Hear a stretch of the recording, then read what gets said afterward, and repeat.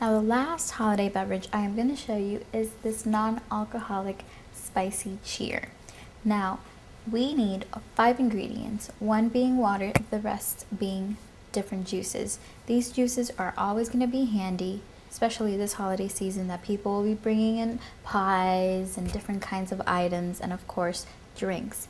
So with that said, we are going to need 1.5 ounce of water, and also of the following juices: pineapple juice, lemonade, apple juice, and cranberry.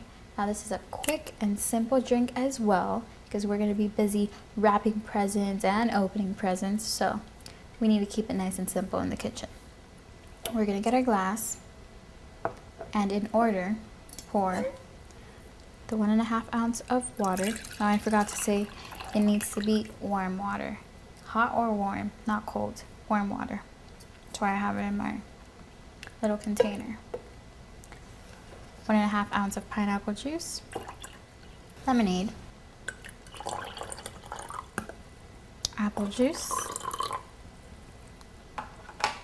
and last but not least, our cranberry juice.